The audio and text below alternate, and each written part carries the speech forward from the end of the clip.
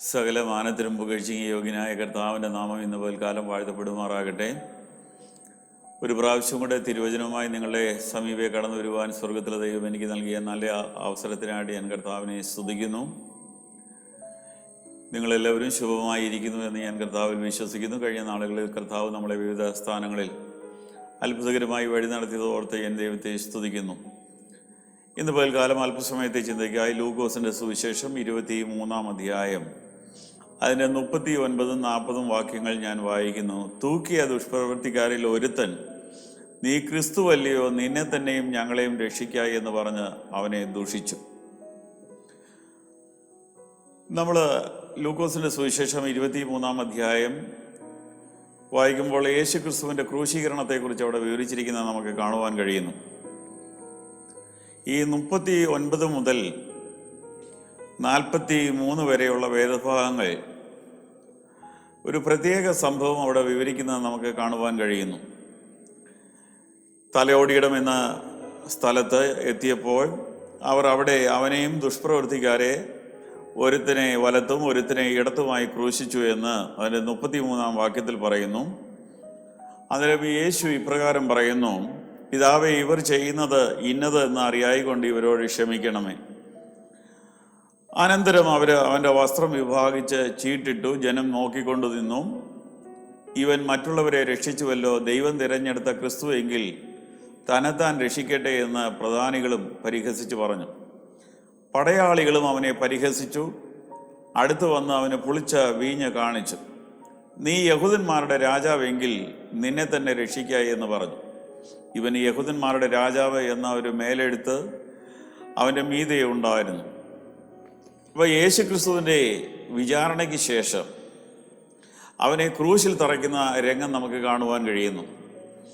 2 കള്ളന്മാരുടെ നടുവിൽ യേശു ക്രിസ്തു ദുഷ്പ്രവർത്തിക്കാരോടുകൂടെ എണ്ണപ്പെടുവാൻ വേണ്ടി, ഇവന് ഒരു ദുഷ്പ്രവർത്തിക്കാരനാണെന്ന് വരുത്തി തീർക്കുവാൻ വേണ്ടി 2 ദുഷ്പ്രവർത്തിക്കാരുടെ നടുവിൽ യേശു ക്രിസ്തുവിനെ ക്രൂശിക്കുകയാണ്. അപ്പോൾ ക്രൂശിക്കുന്ന സമയത്ത് യേശു ക്രിസ്തു നിസ്സഹായനായി അടയാളങ്ങളും അത്ഭുതങ്ങളും പ്രവർത്തിച്ച് ഒരുപാട് വീര്യപ്രവർത്തികൾ തൻ്റെ പരസ്യ ശുശ്രൂഷ കാലത്ത് ചെയ്തിട്ട് ഇപ്പോൾ ഒന്നും ചെയ്യുവാൻ കഴിയാതെ നിസ്സഹായനായി, വളരെ ഒരു പാവപ്പെട്ടവനായി, ഒന്നും ചെയ്യുവാൻ കഴിയാത്തവനായി, സകലരുടെയും അപവാദവും ദുഷികളും കേട്ട് വല്ലാത്തൊരു നിലയിൽ ക്രൂശിൽ കിടക്കുന്ന ഒരു അനുഭവം നമുക്ക് കാണുവാൻ കഴിയുന്നു. അത് പിതാവായ ദൈവത്തിൻ്റെ ഹിതമായതുകൊണ്ട് അവനത് സകലതും അനുസരിപ്പാനും അവൻ സകലതും സഹിപ്പാനും ഇടയായി. നമുക്ക് കാണാൻ കഴിയുന്നത്, ഞാൻ ഈ 39 മുതലുള്ള വാക്യങ്ങളിൽ നിന്ന് സംസാരിപ്പാനാണ് താല്പര്യപ്പെടുന്നത്. നമ്മൾ പ്രാരംഭത്തിൽ വായിച്ചുവല്ലോ, തൂക്കിയ ദുഷ്പ്രവർത്തിക്കാരിൽ ഒരുത്തൻ, നീ ക്രിസ്തുവല്ലയോ, നിന്നെ തന്നെയും ഞങ്ങളെയും രക്ഷിക്കായി എന്ന് പറഞ്ഞവനെ ദുഷിച്ചു. മറ്റവനോ അവനെ ശാസിച്ചു. അപ്പോൾ യേശു ക്രിസ്തു ക്രൂശിൽ കിടക്കുന്ന സമയത്ത് ഇടത്തും വലത്തുമായി 2 കള്ളന്മാർ കിടക്കുന്ന രംഗമാണ് നമുക്ക് കാണാൻ കഴിയുന്നത്. ഒരുത്തൻ അവനെ ദുഷിച്ചു, മറ്റവനോ അവനെ ശാസിച്ചു. അപ്പോൾ ഏത് ഭാഗത്ത് കിടന്നവനാണ്, വലതുഭാഗത്ത് കിടന്നവനാണോ ഇടത്തുഭാഗത്ത് കിടന്നവനാണോ അവനെ ദുഷിച്ചത്, ആരാണ് ശാസിച്ചത്, വലത്തുഭാഗത്ത് കിടന്നവനാണോ ശാസിച്ചത് എന്ന് വ്യക്തമായിട്ട് അവിടെ പറയുന്നില്ല. ഒരുത്തൻ അവനെ ദുഷിച്ചു, മറ്റവനോ അവനെ ശാസിച്ചു. ഒരുത്തൻ ദുഷിച്ചത് എന്താണെന്നറിയാമോ? നീ ക്രിസ്തുവല്ലയോ, നിന്നെ തന്നെയും ഞങ്ങളെയും രക്ഷിക്കുക എന്ന് പറഞ്ഞ് അവനെ ദുഷിക്കുകയാണ്. ഇന്ന് പൽക്കാലം ദൈവത്തിന് ജനമ വ്യത്യസ്തമായ സാഹചര്യങ്ങളിലൂടെ യേശുവിനെ അനുഗമിക്കുന്ന നമ്മൾ കടന്നു പോകുമ്പോൾ നമ്മൾ പ്രതീക്ഷിക്കാത്ത പല ഭാഗത്തു നിന്ന് നമ്മുടെ ജീവിതത്തിൽ ഒരുപാട് ദുഷികളും വഴികളും നമ്മൾ കേൾക്കേണ്ടി വരും. നമ്മൾ വിശ്വസിച്ചവരും നമ്മുടെ കൂടെ ഇരുന്ന് ആഹാരം കഴിച്ചവരും നമുക്ക് വേണ്ടി സകലതും ജീവൻ തരാമെന്ന് പറഞ്ഞവരും എല്ലാം നമ്മളെ കൈവിടുന്ന ചില അനുഭവങ്ങൾ നമ്മുടെ ജീവിതത്തിൽ വെളിപ്പെട്ടു വരും. ഒരു കാര്യം നമ്മൾ വ്യക്തമായി മനസ്സിലാക്കേണ്ടത്, എല്ലാവരും നമ്മളെ കൈവിടുന്ന ഒരു പ്രത്യേക സന്ദർഭം കടന്നു വരുമ്പോൾ നമ്മളെ കൈവിടാത്തവനായി നമ്മോട് കൂടെ ഇരിക്കുന്ന ഒരുവൻ മാത്രമേ ഉള്ളൂ, അത് യേശു ക്രിസ്തുവാണ്. ഈ ക്രൂശിൽ കിടക്കുന്ന സമയത്ത് തൻ്റെ 11 അപ്പോസ്തലന്മാർക്കും തന്നെ സഹായിപ്പാൻ കഴിയുന്നില്ല. തന്നെ അനുഗമിച്ച വലിയൊരു ശിഷ്യന്മാരുടെ കൂട്ടമുണ്ടായിരുന്നു. അനേകം സ്ത്രീകളും അവരുടെ കൂട്ടത്തിലുണ്ടായിരുന്നു. അവർക്കെല്ലാം ഈ സാഹചര്യങ്ങൾ നോക്കി നിൽക്കാനേ കഴിഞ്ഞുള്ളൂ. അവർ വിശ്വസിച്ച യേശു ക്രിസ്തുവിന് ഒരിക്കലും ഇങ്ങനെ ഒന്നും സംഭവിക്കാൻ പാടില്ല എന്നവർ വാസ്തവമായി ആഗ്രഹിച്ചു. പക്ഷെ അവരുടെ ആഗ്രഹത്തിനും അവരുടെ താല്പര്യത്തിനും വിപരീതമായി ഒരു നിസ്സഹായനെ പോലെ യേശുക്രിസ്തു ക്രൂശിൽ തറയ്ക്കപ്പെടുകയാണ്. അവനിപ്പോൾ രണ്ട് കള്ളന്മാരുടെ നടുവിൽ കിടക്കുകയാണ്. ഞങ്ങൾ വിശ്വസിച്ച ഞങ്ങളുടെ പ്രാണ സ്നേഹിതനായ ഞങ്ങളുടെ കർത്താവിന് ഇപ്രകാരം സംഭവിച്ചുവല്ലോ എന്ന് ചിന്തിച്ച് വളരെ ഭാരപ്പെട്ട് ഞരങ്ങി വിലപിക്കുന്ന ഒരു കൂട്ടം ജനത്തെയാണ് നമുക്ക് കാണുവാൻ കഴിയുന്നത്. അപ്പോൾ വേറൊരു കൂട്ടരാണ് യഹൂദന്മാരുടെ പ്രമാണികൾ, പരീശന്മാർ, ശാസ്ത്രിമാർ അല്ലെങ്കിൽ മഹാപുരോഹിതന്മാർ. ഈ പ്രമാണിമാരെല്ലാം എന്ത് ചെയ്യുകയാണെന്നറിയാമോ? യേശു ക്രിസ്തുവിനെ ദുഷിക്കുകയാണ്. ഇവൻ ക്രിസ്തുവാണെന്ന് പറഞ്ഞുകൊണ്ട് നടന്നു, യഹൂദന്മാരുടെ രാജാവാണെന്ന് പറഞ്ഞുകൊണ്ട് നടന്നു. ഇവൻ ഒത്തിരി അടയാളങ്ങളും അത്ഭുതങ്ങളും വീര്യപ്രവർത്തികളും താൻ ചെയ്തു. മരിച്ചവരിൽ നിന്ന് ചിലരെ ഉയർപ്പിച്ചു. ഇപ്പോൾ നീ ക്രിസ്തുവെങ്കിൽ നീ നിന്നെ തന്നെയും ഞങ്ങളെയും രക്ഷിക്കുക. ഇപ്പോൾ ആരൊക്കെ എല്ലാവരും പറഞ്ഞതിന് ശേഷം കൂടെ ക്രൂശിൽ തറയ്ക്കപ്പെട്ട കള്ളന്മാരിൽ ഒരുവനും ഇവനോട് പറയുവാനിടയായി. ഞാൻ പറഞ്ഞത്, ക്രിസ്തീയ വിശ്വാസത്തിൽ നമ്മൾ മുൻപോട്ട് പോകുന്ന സമയത്ത് നമ്മുടെ ബന്ധുമിത്രാദികൾ, ചാർച്ചക്കാർ, സ്നേഹിതർ എല്ലാവരും നമ്മളെ ദുഷിക്കുകയും പഴിക്കുകയും ചെയ്യും. നമ്മുടെ കൂടെ പ്രാർത്ഥിക്കുന്നവർ ചിലപ്പോൾ നമ്മളെ ദുഷിച്ചെന്ന് വരും. എന്താ ഇങ്ങനെയുള്ള സാഹചര്യത്തിലൂടെ കടന്നു പോകുന്നറിയാം? ക്രിസ്തു ഏതൊക്കെ വഴിയിലൂടെ ജീവിതത്തിൽ കടന്നുപോയോ അതേ വഴിയിലൂടെയൊക്കെ അവനെ അനുഗമിക്കുന്ന തൻ്റെ വിശ്വാസികളും കടന്നു പോകേണ്ടതായിട്ട് വരും. അപ്പോൾ ഞാനും നിങ്ങളും ചില പ്രത്യേക സന്ദർഭത്തിൽ ഈ ദിവസങ്ങളിൽ കടന്നു പോകുന്നുവെങ്കിൽ ഒരു കാര്യം വ്യക്തമായി നമ്മൾ മനസ്സിലാക്കേണ്ടത്, നമ്മുടെ അരുവനാഥൻ ഇതിനു മുൻപായി കടന്നു പോയിട്ടുണ്ട്. ആ അരുവനാഥൻ സഹിക്കാത്തത് യാതൊന്നും നമ്മൾ സഹിക്കുന്നില്ല എന്ന് വ്യക്തമായി മനസ്സിലാക്കുവാനിടയാകണം. ഇവിടെ നമുക്ക് കാണുവാൻ കഴിയുന്നത്, കൂടെ ക്രൂശിക്കപ്പെട്ട രണ്ട് കള്ളന്മാരിൽ ഒരുത്തൻ അവനെ ദുഷിച്ചു, മറ്റവനോ അവനെ ശാസിച്ചു. അപ്പോൾ ഈ ഒരു സാഹചര്യം നമ്മൾ മനസ്സിലാക്കുമ്പോൾ എന്തുകൊണ്ട് ഒരുത്തൻ ദുഷിച്ചു? അവന് ക്രൂശിക്കപ്പെട്ടിട്ടും അവനൊരു മാനസാന്തരം ഉണ്ടാകുന്നില്ല. യേശുവിൻ്റെ കൂടെ ക്രൂശിൽ കിടക്കുന്ന ഈ അനുഭവമാണ്. അതേപോലെ ഒരു സൈഡിൽ തറയ്ക്കപ്പെട്ടിരിക്കുകയാണ്. എന്നിട്ടും കിട്ടിയ ചാൻസിൽ എന്ത് ചെയ്യുകയാണെന്നറിയാമോ? യേശു ക്രിസ്തുവിനെ ദുഷിക്കുകയാണ്. നമ്മൾ വ്യക്തമായി മനസ്സിലാക്കേണ്ടത്, ചിലർ മനഃപൂർവ്വമായി നമ്മളെ ദുഷിക്കാറുണ്ട്, ചിലർ മനഃപൂർവ്വമായി നമ്മളെക്കുറിച്ച് നെഗറ്റീവായിട്ടുള്ള കാര്യങ്ങൾ പറയാറുണ്ട്, ചിലർ മനഃപൂർവ്വമായി കിട്ടുന്ന അവസരത്തിൽ നമ്മുടെ തലക്കടിക്കുന്നത് പോലെ വർത്തമാനങ്ങൾ നമ്മോട് പറയാറുണ്ട്. ഇതെല്ലാം നമ്മളെ കുത്തി നോയിപ്പിക്കുമ്പോൾ, ചിലപ്പോൾ തേളിൻ്റെ കുത്തൽ പോലെ നമ്മുടെ ജീവിതത്തിൽ പല കുത്തലുകളും അനുഭവപ്പെടുമ്പോൾ ഒരു കാര്യം വ്യക്തമായി മനസ്സിലാക്കണം, നിന്നെ സ്നേഹിക്കുന്ന ഒരു യേശു നിനക്ക് വേണ്ടി ഇത് മുന്നമേ സഹിച്ചതുകൊണ്ട് അവൻ നമ്മളെയും ആ പാതയിലൂടെ കടത്തിവിടുമ്പോൾ നമ്മുടെ കൂടെ നിന്ന് നമ്മെ സഹായിപ്പാൻ മതിയായവനാണ്. ഇവിടെ പിതാവായ ദൈവമല്ലാതെ അവനെ സഹായിപ്പാൻ വേറെ ആരുമില്ല. ചില ഈ പ്രത്യേക സന്ദർഭത്തിലൂടെ, ഈ ശാരീരിക പീഡയിലൂടെ, ഈ മാനസിക പീഡയിലൂടെ, ഈ ക്രൂശിൽ തറയ്ക്കപ്പെട്ട് തൻ്റെ ജീവൻ ത്യജിക്കണമെന്ന്, മാനവരാശിയുടെ പാപപരിഹാരത്തിന് വേണ്ടി അവൻ ഇത് അനുഭവിക്കണമെന്നുള്ളത് പിതാവായ ദൈവത്തിൻ്റെ ഇഷ്ടമായിരുന്നു. മാനുഷികമായ നിലയിൽ നമ്മൾ നോക്കിയാൽ പിതാവായ ദൈവം തന്നെ കൈവിട്ടു എന്ന് തോന്നിയിരുന്നാലും ചില മണിക്കൂറുകൾക്ക് ശേഷം മനസ്സിലാകും പിതാവായ ദൈവം അവനെ കൈവിട്ടിട്ടില്ല എന്ന് വ്യക്തമായി മനസ്സിലാക്കാൻ പോവുകയാണ്. ഈ ക്രൂശിൽ തറയ്ക്കപ്പെട്ട കള്ളൻ ഒരുത്തൻ, ദുഷ്പ്രവർത്തിക്കാരൻ എന്ന് വചനം പറയുന്നു. ആ ഒരുത്തൻ ദുഷിച്ചു എങ്കിൽ മറ്റവൻ അവനെ ശാസിച്ചു. എന്താ അവൻ ശാസിക്കാൻ കാരണം? ചില കാര്യങ്ങൾ മാത്രം വേഗത്തിൽ ഓർപ്പിച്ച് ഞാൻ എൻ്റെ വാക്കുകളെ ചുരുക്കുവാൻ തക്കൊണ്ട് താല്പര്യപ്പെടുകയാണ്. ഒന്ന്, അവൻ പറയുന്നു, അതിൻ്റെ 40-ാം വാക്യത്തിൽ ഇങ്ങനെ പറയുന്നു, നാം സമശിക്ഷാവിധിയിൽ തന്നെ ആയിട്ടും നീ ദൈവത്തെ ഭയപ്പെടുന്നില്ലയോ? നാം ന്യായമായിട്ട് ശിക്ഷ അനുഭവിക്കുന്നു. അപ്പോൾ ഒരു വശത്ത് കിടന്ന കള്ളൻ അവനെ ദുഷിച്ചപ്പോൾ മറ്റവൻ അവനെ ശാസിക്കാൻ കാരണം എന്താണെന്നറിയാമോ? നാം സമശിക്ഷാവിധിയിലായിട്ട് നീ ദൈവത്തെ ഭയപ്പെടുന്നില്ലയോ? ചിലരുണ്ടല്ലോ, എന്തെല്ലാം ജീവിതത്തിൽ വന്നാലും മാനസാന്തരപ്പെടത്തില്ല, നാക്ക് ശരിയാകത്തില്ല ചിലരുടെ. നമുക്ക് കാണാൻ കഴിയുന്നത്, ഈ ദുഷ്പ്രവർത്തിക്കാരൻ ഒരുത്തൻ പറയുകയാണ്, നാം സമശിക്ഷാവിധിയിലായിട്ട് നീ ദൈവത്തെ ഭയപ്പെടുന്നില്ലയോ? അപ്പോൾ ഇവർ പരസ്പരം പരിചയമുള്ളവരാണ്. ഇവര് യേശുവിൻ്റെ കൂടെ ക്രൂശിക്കപ്പെട്ടു. എന്നിട്ട് അവനെ ശാസിക്കുകയാണ്, നീ എന്താ ഇങ്ങനെ സംസാരിക്കുന്നത്? നമ്മളെല്ലാം ഒരേ ശിക്ഷാവിധിയിലായിട്ട് നീ ദൈവത്തെ ഭയപ്പെടുന്നില്ലയോ? ഞാൻ ന്യായമായിട്ട് ശിക്ഷ അനുഭവിക്കുന്നു. അവനുണ്ടായ കൺഫെഷൻ, അവനുണ്ടായ ആ അറിവ്, തിരിച്ചറിവ് എന്തൊക്കെയാണെന്നറിയാമോ? ഒന്ന്, പ്രൈസ് ദി ലോർഡ്, ഒന്നാമത്തെ കാര്യം അവൻ മനസ്സിലാക്കിയത്, നാം ന്യായമായിട്ട് ശിക്ഷ അനുഭവിക്കുന്നു. ആര്? ഈ രണ്ട് ദുഷ്പ്രവർത്തിക്കാരും ക്രൂശിൽ തറയ്ക്കപ്പെടുവാനുള്ള ശിക്ഷ കാരണം അവരതുപോലെ തെറ്റ് ചെയ്തിട്ടുണ്ട്. അതുകൊണ്ട് നാം ചെയ്ത തെറ്റിന് ന്യായമായിട്ടുള്ള ശിക്ഷയാണ് നമ്മളിപ്പോൾ ഈ ക്രൂശിൽ കിടന്നുകൊണ്ട് അനുഭവിച്ചുകൊണ്ടിരിക്കുന്നത്. ഞാൻ പറഞ്ഞു വന്ന വിഷയം, യേശു ക്രിസ്തുവിൻ്റെ ഇടത്തും വലത്തുമായി രണ്ടുപേര് തറയ്ക്കപ്പെട്ടപ്പോൾ ഒരുത്തിന് അന്നേരവും കുറ്റബോധമൊന്നും തോന്നുന്നില്ല. കൂടെ കിടക്കുന്ന ക്രിസ്തുവിനെ എന്ത് ചെയ്യാണ്? ദുഷിക്കുകയാണ്. മറ്റവന് കുറ്റബോധം തോന്നും, പാപബോധം തോന്നുന്നു. Price the Lord. അപ്പോൾ അവൻ മറ്റവനെ ശാസിച്ചിട്ട് പറയുകയാണ്, സമശിക്ഷാവിധിയിലായിട്ട് നീ ദൈവത്തെ ഭയപ്പെടുന്നില്ലയോ എന്ന് അവനോട് ചോദിക്കുന്നു. അവനോട് അങ്ങനെ സംസാരിച്ചിട്ട് പറയുകയാണ്, നാം ന്യായമായിട്ടാണ് ശിക്ഷ അനുഭവിക്കുന്നത്. അപ്പോൾ ഈ കള്ളന് അല്ലെങ്കിൽ ഈ ദുഷ്പ്രവൃത്തിക്കാരന് മനസ്സിലായി, ഈ ഞങ്ങൾ രണ്ടുപേരും അനുഭവിക്കുന്ന ശിക്ഷാവിധി എന്ന് പറയുന്നത് ചെയ്ത തെറ്റിന് വ്യക്തമായ ഒരു ശിക്ഷയാണ്, ന്യായമായിട്ടൊരു ശിക്ഷയാണ് ഞങ്ങൾക്ക് ലഭിച്ചിരിക്കുന്നത്. എന്നിട്ട് അവൻ അടുത്ത കാര്യം പറയുന്നത് എന്താണെന്നറിയാമോ? നാം പ്രവർത്തിച്ചതിന് യോഗ്യമായതല്ലോ കിട്ടുന്നത്.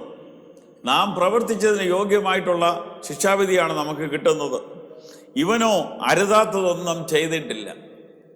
ദൈവത്തിന് ഇനിമേ ഒരു കാര്യം വ്യക്തമായി മനസ്സിലാക്കേണ്ടത്, രണ്ടാമത്തെ കാര്യം അവന് മനസ്സിലായത്, ഈ നടുവിൽ കിടക്കുന്ന യേശു എന്ന് പറയുന്ന ഈ ക്രിസ്തു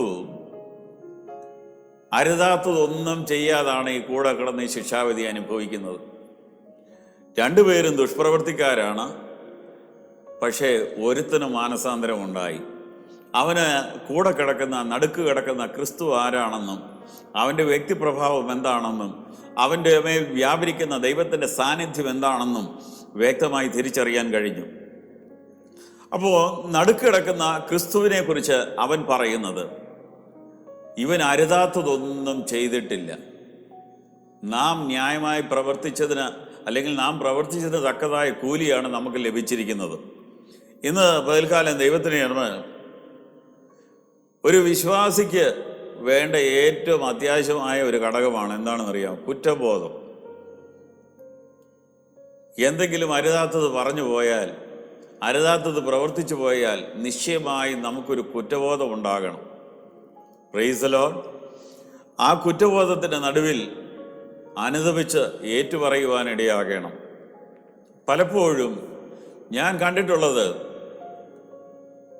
ചെയ്ത തെറ്റ് ആരും സമ്മതിക്കാറില്ല.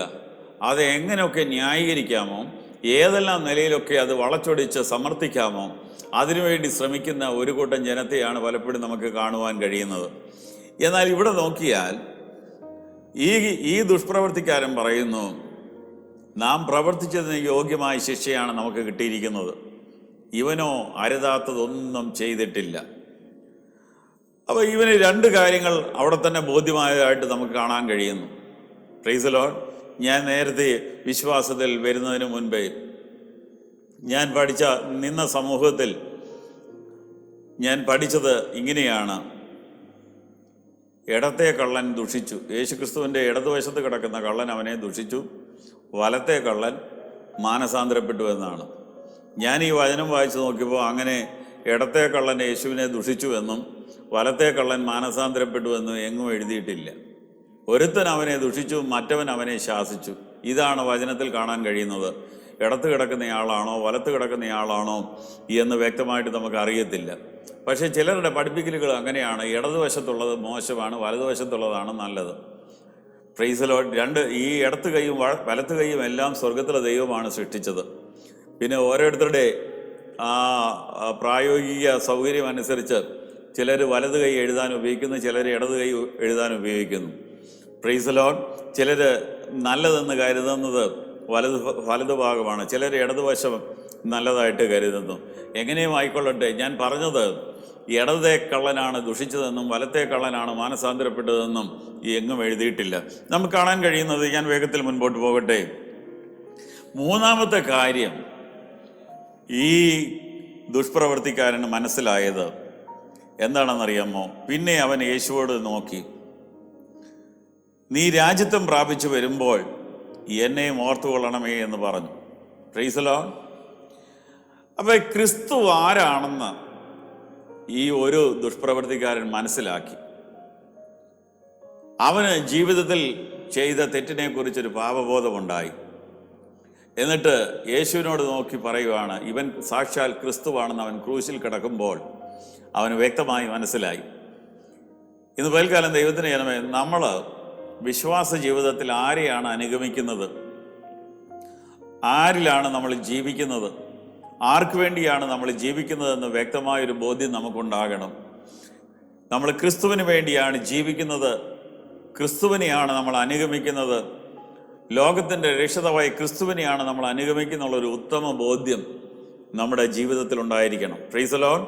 നമുക്കിവിടെ കാണാൻ കഴിയുന്നത് ഈ ദുഷ്പ്രവൃത്തിക്കാരൻ മനസ്സിലാക്കിയ മൂന്നാമത്തെ കാര്യം, എൻ്റെ കൂടെ അല്ലെങ്കിൽ ഞങ്ങളുടെ നടുവിൽ കിടക്കുന്ന ഈ യേശു എന്ന് പറയുന്ന ആള് ക്രിസ്തുവാണ്, ഇവൻ രാജ്യത്വം പ്രാപിച്ചു വരുന്ന മനുഷ്യനാണ് എന്ന് വ്യക്തമായി ഒന്ന് മനസ്സിലാക്കുവാനിടയായി. Price the Lord. മനുഷ്യനാണ്, അതോടൊപ്പം ദൈവപുത്രനാണ് എന്ന് ഇവൻ വാസ്തവമായി മനസ്സിലാക്കുവാനിടയായി. കാരണം അല്ലെങ്കിൽ അവൻ അങ്ങനെ പറയത്തില്ല, നീ രാജ്യത്വം പ്രാപിച്ചു വരുമ്പോൾ എന്നെയും ഓർത്തുകൊള്ളണമേ എന്ന് പറഞ്ഞ് അവൻ പറയുവാനിടയായി. നമുക്ക് കാണാൻ കഴിയുന്നത്, അപ്പോൾ ഈ ദുഷ്പ്രവർത്തിക്കാരൻ മനസ്സിലാക്കിയ ഒരു കാര്യം, മൂന്നാമത്തെ കാര്യം എന്ന് പറയുന്നത്, ഇദ്ദേഹം ആരാണ്? ഇദ്ദേഹം ക്രിസ്തുവാണ്. നാലാമത്തെ കാര്യം അവന് മനസ്സിലായത് എന്താണെന്നറിയാമോ? ഇവന് പുനരുദ്ധാനം പ്രാപിക്കുവാനിടയായിത്തീരും. നിശ്ചയമായും ഇവൻ ഉയർത്തെഴുന്നേൽക്കും. ഇവൻ ഉയർത്തെഴുന്നേറ്റ് ഇവൻ കടന്നു വരുന്നൊരു അനുഭവം ഉണ്ടാകും. അന്നേരം കർത്താവേ, നീ എന്നെയും ഒന്ന് ഓർക്കണമേ. Praise the lord. ഇന്ന് പകൽക്കാലം ദൈവത്തിൻ്റെ ജനമേ, ഈ വചനം കേൾക്കുമ്പോൾ ഒരു കാര്യം മനസ്സിലാക്കണം. നമ്മൾ കടന്നു പോകുന്ന കഷ്ടത, പ്രയാസം, ദുരിതങ്ങൾ, പട്ടിണികൾ, പരിഹാസങ്ങൾ, നിന്ദകൾ, ദുഷികൾ, ഇങ്ങനെ അനവധിയായ കഷ്ടങ്ങളിലൂടെ നമ്മൾ കടന്നു പോകുമ്പോൾ വചനം പറയുന്നത് പോലെ അവസാനത്തോളം സഹിച്ചു നിൽക്കുന്നവൻ രക്ഷിക്കപ്പെടും. ഇവിടെ കാണാൻ കഴിയുന്നത്, ഈ ക്രിസ്തു ഇത് സഹിക്കുന്നത് മാനവരാശിയുടെ പാപ പരിഹാരത്തിന് വേണ്ടിയായിരുന്നു. അങ്ങനെയെങ്കിൽ ഈ ക്രൂശിൽ രണ്ട് ദുഷ്പ്രവർത്തിക്കാർ ഇടത്തും വലത്തുമായി കിടക്കുമ്പോൾ ഒരുത്തൻ മാനസാന്തരപ്പെട്ട് യേശുക്രിസ്തു ആരാണെന്ന് മനസ്സിലാക്കുന്നു. ഞങ്ങൾ അനുഭവിക്കുന്നത് ന്യായമായിട്ടുള്ള ശിക്ഷയാണ്, ഇവൻ അരുതാത്തതൊന്നും ചെയ്തിട്ടില്ല എന്ന് പറയുന്നു. അത് കഴിഞ്ഞിട്ട് പറയുകയാണ്, നീ രാജ്യത്വം പ്രാപിച്ചു വരുമ്പോൾ എന്നെ കൂടെ ഓർക്കണം. അവന് യേശുവിനെ ആ ക്രൂശിൽ കടന്നുകൊണ്ട് കൈക്കൊള്ളുന്നത് നമുക്ക് കാണുവാൻ കഴിയുന്നു. അവന് ജീവിതത്തിൽ കിട്ടിയ അവസാന ചാൻസ് അവൻ ഉപയോഗിക്കുകയാണ്. ഇന്ന് പൽക്കാലം എന്നെ കേൾക്കുന്ന ദൈവത്തിൻ്റെ ജനമേ, ഒരു കാര്യം മനസ്സിലാക്കണം. നിനക്ക് മാനസാന്തരപ്പെടുവാൻ ദൈവം ചില അവസാന ചാൻസുകൾ തരും. ആ അവസാന ചാൻസ് നിന്റെ ജീവിതത്തിൽ ദൈവം തരുമ്പോൾ അത് കൈക്കൊള്ളുവാനിടയായാൽ തീർച്ചയായും നീ നിത്യരാജ്യത്തിൽ കാണപ്പെടുവാനിടയായി തീരും. Price the Lord. ഒരിക്കലും ഒരു ദൈവദാസൻ, അദ്ദേഹം കൺവെൻഷൻ്റെ സമയത്ത് അവസാനമായി തനിക്ക് ദൈവിക നിയോഗമുണ്ടായിട്ട് ഒരു മനുഷ്യനെ വിരൽ ചൂണ്ടി കാണിച്ചുകൊണ്ട് പറഞ്ഞു, ആ തൂണിൽ ചാരി വചനം കേട്ടുകൊണ്ടിരിക്കുന്ന മനുഷ്യൻ്റെ അവസാന രാത്രിയാണ് ഇന്ന് രാത്രി. അതായത് യേശുവിനെ രക്ഷകനും കർത്താവുമായി സ്വീകരിക്കാനുള്ള അവസാന രാത്രിയാണ് ഇന്ന് രാത്രി. അദ്ദേഹം യേശുവിനെ രക്ഷകനായി കൈക്കൊണ്ടില്ല. പിറ്റേ ദിവസം ആ പ്രദേശത്ത് അറിഞ്ഞത് ആ രാത്രി ആ മനുഷ്യൻ മരിച്ചുപോയി. അവന് യേശുവിനെ രക്ഷകനായി സ്വീകരിപ്പാനോ അവനെ കർത്താവിൻ്റെ രക്ഷിതമായി സ്വീകരിച്ച് അവനെ കൈക്കൊള്ളുവാൻ അവന് സാധിച്ചില്ല. ആ രാത്രി ജീവിതത്തിൽ നിന്ന് അവന് കടന്നു പോകുവാനിടയായി. ഞാൻ പറഞ്ഞത്, നമുക്കിവിടെ കാണുവാൻ കഴിയുന്നത് എന്താണെന്നറിയാമോ? ഈ ഒരു ദുഷ്പ്രവൃത്തിക്കാരൻ യേശുവിനെ കൈക്കൊള്ളുകയാണ്. നീ രാജ്യത്വം പ്രാപിച്ചു വരുമ്പോൾ എന്നെയും ഓർത്തുകൊള്ളണമേ. ഞാൻ പറഞ്ഞല്ലോ, അപ്പോൾ ഇവൻ ക്രിസ്തുവാണെന്ന് മനസ്സിലാക്കി. രണ്ടാമത് അവൻ മനസ്സിലാക്കിയത്, ഇവൻ പുനരുദ്ധാനം പ്രാപിച്ച് കടന്നു വരും. Price the Lord. ഇവൻ പോയിട്ട് വീണ്ടും കടന്നു വരുമെന്ന് അവൻ ഒടുവിലായി മനസ്സിലാക്കുവാണ്. ഒരു അല്ലെങ്കിൽ ഒരു ദൈവരാജ്യം അവൻ സ്ഥാപിക്കാൻ കടന്നു വരികയാണ്. നീ രാജ്യത്വം പ്രാപിച്ച് രാജാവായി മടങ്ങി വരുമെന്ന് അവന് വ്യക്തമായി മനസ്സിലായി. അങ്ങനെ യേശുക്രിസ്തുവിനെ അവന് ഹൃദയത്തിൽ കൈക്കൊള്ളുകയാണ്. അവനെ കൈക്കൊള്ളുന്ന ഉടനെ യേശുക്രിസ്തു എന്താണ് പറയുന്ന മറുപടി എന്താണ് അറിയാമോ? യേശു അവനോട്, ഇന്ന് നീ എന്നോടുകൂടെ പർദീസയിൽ ഇരിക്കുമെന്ന് ഞാൻ സത്യമായിട്ട് നിന്നോട് പറയുന്നു എന്ന് പറഞ്ഞു. Price the Lord. ആ സെക്കൻഡിൽ തന്നെ യേശുക്രിസ്തു അവനെ കൈക്കൊള്ളുകയാണ്. നീ ഇന്ന് എന്നോടുകൂടെ പർദീസയിൽ ഇരിക്കും. നമ്മൾ ഒരുമിച്ച് ഇന്ന് പറുദീസയിൽ ഇരിക്കാൻ പോവുകയാണ്. Price the Lord. ദൈവത്തിന് ചില അവസാന അവസരങ്ങൾ നമ്മുടെ ജീവിതത്തിൽ തരുമ്പോൾ യേശുവിനെ കർത്താവിൻ്റെ രക്ഷകനുമായി സ്വീകരിപ്പാൻ, അങ്ങനെ സ്വീകരിച്ചവർ ഈ ദിവസങ്ങളിൽ ദൈവിക വഴിവിട്ട് അകന്നു ജീവിക്കുന്നുവെങ്കിൽ നീ മടങ്ങി വരുവാൻ ചില അവസാന അവസരങ്ങൾ ദൈവം ജീവിതത്തിൽ നൽകുമ്പോൾ ഒരു കാര്യം വ്യക്തമായി മനസ്സിലാക്കേണ്ടത്, ഹല്ലേലൂയ, ഇത് വിട്ടുകളയുവാനല്ല, പകരം ജീവിതത്തെ ക്രമീകരിച്ച് ദൈവസന്നിധിയിലേക്ക് മടങ്ങി വരുവാനാണ് നമ്മെക്കുറിച്ച് കർത്താവ് ആഗ്രഹിക്കുന്നത്. Price the Lord. ഞാൻ എൻ്റെ വാക്കുകൾ ചുരുക്കുവാൻ തക്കവണ്ണം താല്പര്യപ്പെടുകയാണ്. ഞാൻ പറഞ്ഞ കാര്യങ്ങളൊന്ന് സമാപ്തി ചെയ്യുവാൻ തക്കവണ്ണം ഞാൻ താല്പര്യപ്പെടുകയാണ്. രക്തചുരുക്കമായി ഒന്നുകൂടെ പറയട്ടെ. Price the Lord. ഈ മാനസാന്തരപ്പെട്ട ദുഷ്പ്രവർത്തിക്കാരൻ പറയുന്നു, അവൻ്റെ കൂടെ കിടക്കുന്നവനെ ശാസിച്ചിട്ട് പറയുകയാണ്, സമശിക്ഷാവിധിയിലായിട്ട് നീ ദൈവത്തെ ഭയപ്പെടുന്നില്ലയോ? ഒന്ന്, നാം ന്യായമായി ശിക്ഷ അനുഭവിക്കുന്നു, ഇവനോ അരുതാത്തൊന്നും ചെയ്തിട്ടില്ല. മൂന്നാമത് അവൻ മനസ്സിലാക്കിയത് ഇവൻ ക്രിസ്തുവാണെന്ന് മനസ്സിലാക്കി. നാലാമത് അവൻ മനസ്സിലാക്കിയത് എന്താണെന്ന് അറിയാമോ? ഇവൻ ഉയർത്തെഴുന്നേറ്റ് വീണ്ടും കടന്നു വരും. അവൻ്റെ റിസറക്ഷനെ കുറിച്ച് വ്യക്തമായി മനസ്സിലാക്കി. അഞ്ചാമത് അവൻ മനസ്സിലാക്കിയത് ഇവൻ രാജാവായി വീണ്ടും ഒരു രാജ്യം സ്ഥാപിപ്പാനായി കടന്നു വരികയാണ്. അതുകൊണ്ടാണ് പറഞ്ഞത്, കർത്താവേ, നീ രാജ്യത്വം പ്രാപിച്ചു വരുമ്പോൾ എന്നെ ഓർത്തുകൊള്ളണമേ. ഇന്ന് പൽക്കാലം ദൈവത്തിന് നേരമേ ആ സെക്കൻഡിൽ തന്നെ യേശു അവനോട് പറഞ്ഞു, ഇന്ന് നീ എന്നോടുകൂടെ പറുദീസയിൽ ഇരിക്കുമെന്ന് ഞാൻ സത്യമായിട്ട് നിന്നോട് പറയുന്നു. Price the lord. ഇന്ന് പൽക്കാലം ദൈവത്തിന് നേരമേ ഒരു അപ്പനും അമ്മയ്ക്കും മക്കളായി നമ്മൾ ജനിച്ചവരായിരിക്കാം. പക്ഷേ ഒരു കാര്യം മനസ്സിലാക്കേണ്ടത്, ഒരു മകൻ ചിലപ്പോൾ നിത്യരാജ്യത്തിൽ കാണപ്പെടും, മറ്റേ മകൻ ചിലപ്പോൾ കാണപ്പെടത്തില്ല. ഒരു വീട്ടിലായിരിക്കാം നമ്മൾ വളർന്നു വരുന്നത്. ഒരാൾ നിത്യരാജ്യത്തിൽ കാണപ്പെടും, മറ്റേയാൾ കാണപ്പെടത്തില്ല. ഭർത്താവും ഭാര്യയുമായിട്ട് ഒരു വീട്ടിൽ നമ്മൾ ജീവിക്കുന്നവരായിരിക്കാം. പക്ഷേ ഒരാൾ ദൈവരാജ്യത്തിൽ കാണപ്പെടും, മറ്റേയാൾ കാണപ്പെടത്തില്ല. Price the Lord. ഇവിടെ ക്രൂശിൽ ഇടത്തും വലത്തുമായിട്ട് രണ്ട് കള്ളന്മാർ കിടന്നു. ഒരുത്തൻ കൈക്കൊണ്ട് മറ്റവനെ അവനെ ദുഷിച്ചു. ഒരുത്തന് മാത്രമേ ഈ ചാൻസ് കിട്ടിയുള്ളൂ. ഹല്ലേലൂയ. ഞാൻ പറഞ്ഞു വന്നത്, ചിലരോട് സുവിശേഷം പറയുമ്പോൾ ചിലരെന്നോട് ചോദിച്ചിട്ടുണ്ട്, ആ ക്രൂശിൽ കിടന്ന് മാനസാന്തരപ്പെട്ട കള്ളൻ സ്നാനപ്പെട്ടായിരുന്നു. നിങ്ങൾ സ്നാനപ്പെടണമെന്ന് പറയുന്നു, പിതാവിൻ്റെയും പുത്രൻ്റെയും പരിശുദ്ധാത്മാവിൻ്റെയും നാമത്തിൽ സ്നാനപ്പെടണമെന്ന് പറയുന്നു. ഞങ്ങൾ വളരെ ചെറുപ്പത്തിൽ സ്നാനപ്പെട്ടതാണ് എന്നൊക്കെ പറയുന്നുണ്ട്. Price the Lord. ക്രൂശിൽ കിടക്കുന്ന കള്ളന് സ്നാനപ്പെട്ടില്ല, സത്യമാണ്. പക്ഷേ അവൻ്റെ ശിക്ഷാവിധിക്ക് അവൻ യേശുക്രിസ്തു ക്രൂശിക്കപ്പെട്ടതുപോലെ കാൽവരി ക്രൂശിൽ യേശുക്രിസ്തുവിനോട് കൂടെ കിടന്ന് ശിക്ഷാവിധി അനുഭവിച്ചവനാണ്. Price the Lord.